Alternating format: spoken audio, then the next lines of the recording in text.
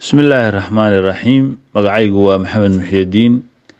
halkan waxaan ku soo gudbinayaa gabay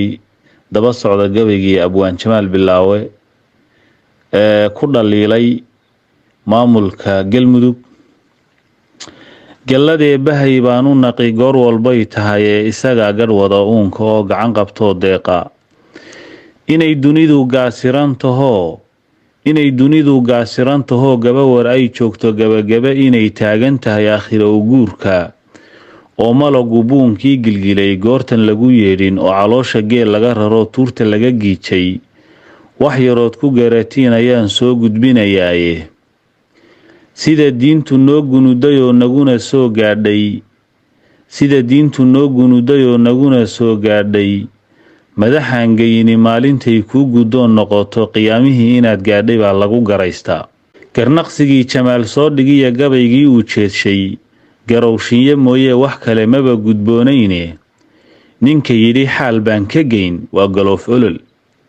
gefna kuba tilmaamiye inuu gamac ka soo toosay kolka aan garaadkiisa iyo eegay gibilkiisa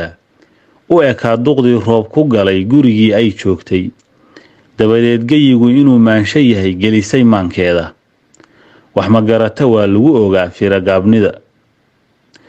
garwaduhu aqoon buu rabaa lagu gardaadshaye garti iyo dadaal buu rabaa garasho toolmoon gundhig iyo asaas buu rabaa guurti loo xulay gardarrada waxaa falay dhabtii godobna kuu geystay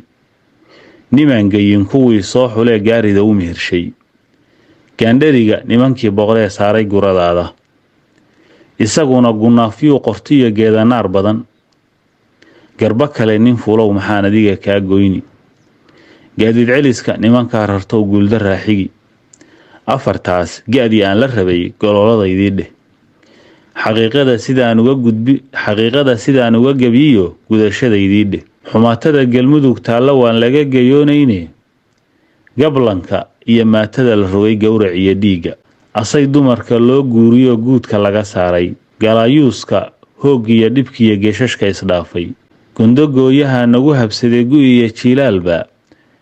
waxaa dhiigu gobolaynayaa sow galmudug maaha geerida xaddhaaftiya lafaha galay xamee shiilmay darisyada isgaadiya warmaha la isla goobayo sokeeyahan isgowracay miyaan loo garnaqahaynin amni kuma gamee shacbigu waa u galaayuus degmo gudubta lama soo helee waa godoon xidhan dembiiluhu intuu reero gubo